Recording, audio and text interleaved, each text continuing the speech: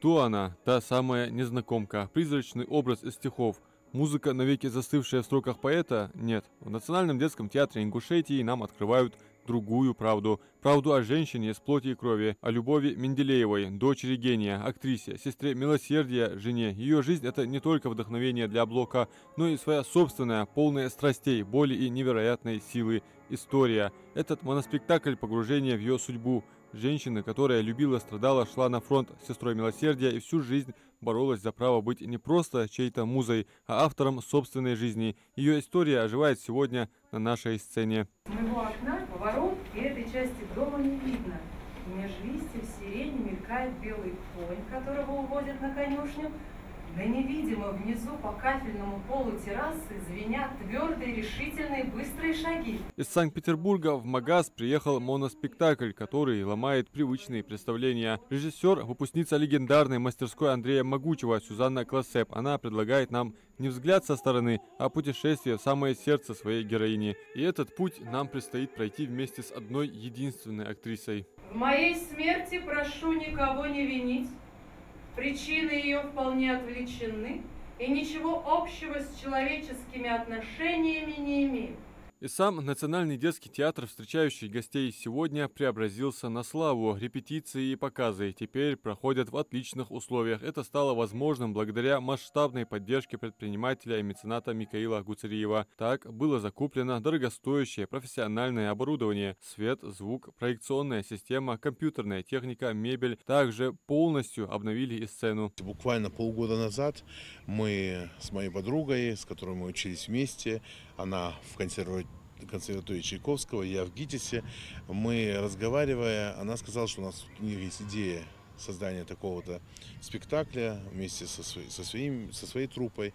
Я сказал, а почему бы вам, вот мы, сказал, открыли новый театр наш, благодаря, кстати, помощи Фонда Возрождения и лично Михаила Савельевича Гуцериева, спасибо ему огромное за это, потому что благодаря нему у нас сейчас появилась площадка, где мы можем принимать гостей, где мы можем принимать большие театральные труппы со всей страны. И это очень здорово. Это для нас и для республики это огромная поддержка, огромная помощь и для развития нашей культуры и так далее. И вот, разговаривая об этом, я сказал, давай, почему бы нет, у нас есть сцена, у нас есть полностью все необходимое оборудование, все, что необходимо. И именно на этой технически оснащенной сцене и оживает история Любови Дмитриевны в исполнении актрисы и оперной певицы Юлии Романовой и под живое музыкальное сопровождение лауреата международных конкурсов Лилии Кожиновой. Сегодня мы показываем замечательной Республике Ингушетия наш спектакль.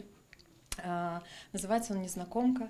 Он основан на мемуарах Любови Дмитриевны Блок, которая являлась женой великого нашего поэта Александра Блока. И также она была дочкой нашего великого ученого Менделеева. Вот, она написала свои мемуары, мы ими очень сильно вдохновились и рассказываем историю ее жизни, описанную ею же, ее же словами. И есть у нас еще переплетение цикла музыкального, вокального. Я пою романсы Георгия Сверидова, 9 песен на стихи Блока. И вот так вот у нас и получилась такая история женщины, которая любила, мечтала, просто жила и рассказывает свою историю. Мне очень нравится, театр нас принял великодушно, с открытыми, распростертыми, великими такими руками. Очень приятно, все супер. Площадка нам идеально подходит, нам и нужна была камерная. И очень здорово, что в Республике Ингушетия есть такой театр, еще и детский театр, национальный театр. Поэтому спасибо большое всем помощникам, организаторам. Но поддержка театра лишь часть большой системной работы. Год назад на базе театра заработала школа личностного развития, уникальный образовательный проект, также реализованный при поддержке Фонда Возрождения, созданного специально для Ингушетии. Здесь на 300 квадратных метрах, полностью отремонтированных и оснащенных по последнему слову техники, дети от 6 до 14 лет постигают основы ораторского искусства, изучают ингушские, арабские традиции и даже национальную кухню. Отдельное внимание занятиям с логопедом. Без этой поддержки вообще культура, она не живет, понимаете? сложно рассчитывать на то, что учреждения культуры будут сами себе жить и сами процветать и так далее. Да, оно обязательно будет когда-то, но те, кто в начале своего становления, вот как мы, например, конечно, им необходима помощь. И вот та помощь, которую, допустим, оказал нам Михаил Саварбекович и фонд «Сафмар», и фонд «Возрождение», это позволило нам купить оборудование, позволило нам построить сцену, позволило нам сделать ремонт, полностью качественный ремонт театра. Соответственно, это все благодаря этой помощи. И вот сейчас мы с вами, у нас 30 детей, понимаете, из которых 12 детей с ОВЗ. И с этими детьми мы делаем работу. Уже 4 спектакля наготове, 2 выпустились. И сегодня 3-я премьера. И потом еще в дальнейшем 2 спектакля еще.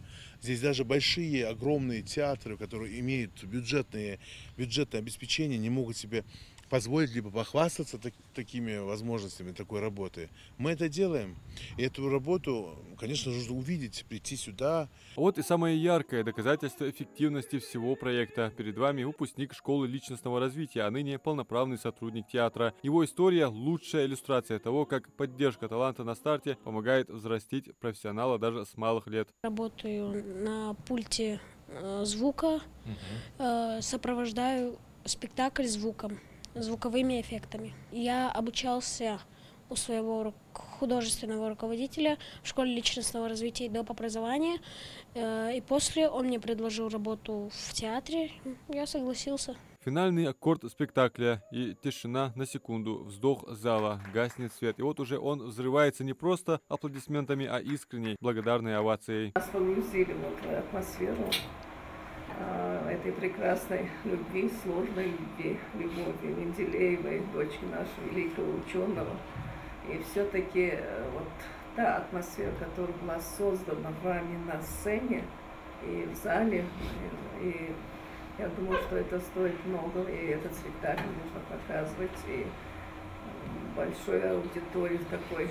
Я на самом деле, как профессиональная актриса, мне было очень интересно, потому что жанр моноспектакля очень сложный, потому что работать одному на сцене и удерживать в течение часа-полутора публику — это очень сложно. И эти слова благодарности в адрес актерской труппы, звучащие сегодня здесь, в зале, словно эхо тех восторженных детских глаз, что загорелись здесь год назад, когда было установлено новое оборудование. Тогда восторгу юных актеров не было предела.